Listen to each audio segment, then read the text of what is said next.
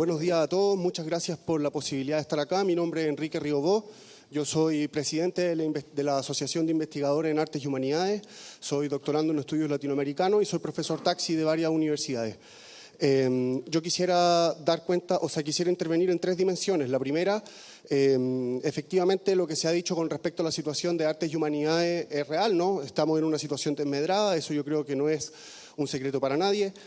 Esa situación desmedrada se manifiesta de múltiples maneras, dependiendo de en qué lugar del campo de reproducción del conocimiento estamos. Se manifiesta de manera distinta si es que somos profesores honorarios, alumnos, estudiantes de doctorado, estudiantes de pregrado. Se manifiesta en financiamiento, se manifiesta también en formas de evaluación, se manifiesta, por cierto, en problemas de infraestructura. No sé cuánto tiempo llevan ni cuántas veces ha habido toma de la Facultad de Artes de la Universidad de Chile, por ejemplo, en los últimos años.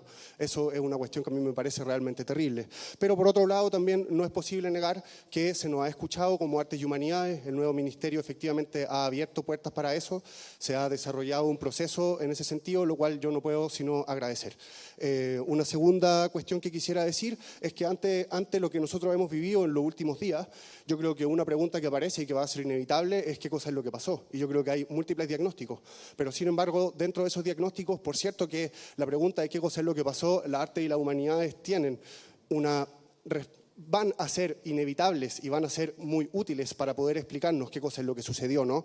Cómo vamos a hablar, cómo vamos a representar lo que pasó, cómo lo vamos a recordar, cómo nos vamos a imaginar la infinidad de matices que esta situación ha generado, cómo nos vamos a imaginar y cómo nos vamos a hacer cargo de la contradicción fundamental de una represión y una violencia gigantesca con una fiesta que se da en algunos lugares, ¿no? Con una protesta y con una construcción de comunidad que parece ser una posibilidad a futuro, ¿no? ¿Cómo vamos a hacernos cargo de esa contradicción? Yo creo que en ese sentido la arte y las humanidades tienen muchísimo que decir. Y también una historia larga que nos va a permitir ayudar a poder entender esta misma situación, ¿no? Lo que comentaba antes la compañera o la compañera investigadora, la situación de gente que se siente avergonzada o que es discriminada por los barrios. ¿Eso acaso no tiene relación con los procesos de segregación que se realizaron durante la dictadura?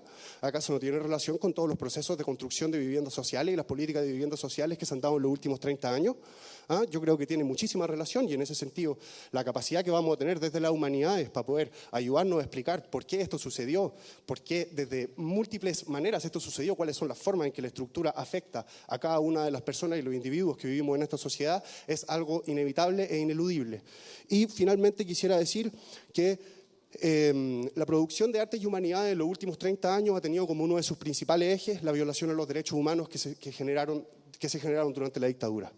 En ese sentido, cuando nosotros hablamos de un nuevo pacto social, yo creo que es absolutamente fundamental que ese pacto social sea completamente intolerable e intolerante a nuevas violaciones de los derechos humanos, intolerante al terrorismo de Estado, intolerante a toda la violencia que se genera desde el Estado en contra de la sociedad, porque nosotros desde la arte y las humanidades tenemos absolutamente claro todas las consecuencias que esa cuestión genera, consecuencias familiares, consecuencias individuales, consecuencias a nivel cultural, sí, consecuencias de toda índole. Y yo creo que si es que nosotros queremos hacer un pacto verdaderamente democrático, un pacto social verdaderamente democrático que respete los derechos humanos, que eso es una cuestión inevitable para una verdadera democracia, entonces tenemos que ser absolutamente intolerantes con todas las situaciones de violación a los derechos humanos que se han dado en estos últimos días. Y en ese sentido yo llamo también a que esa es la urgencia, llamo también a verdad y justicia con respecto a eso. No puede existir más impunidad, porque la impunidad que se vivió con respecto a la dictadura es una cuestión que hasta el día de hoy nosotros estamos viviendo las consecuencias de aquello.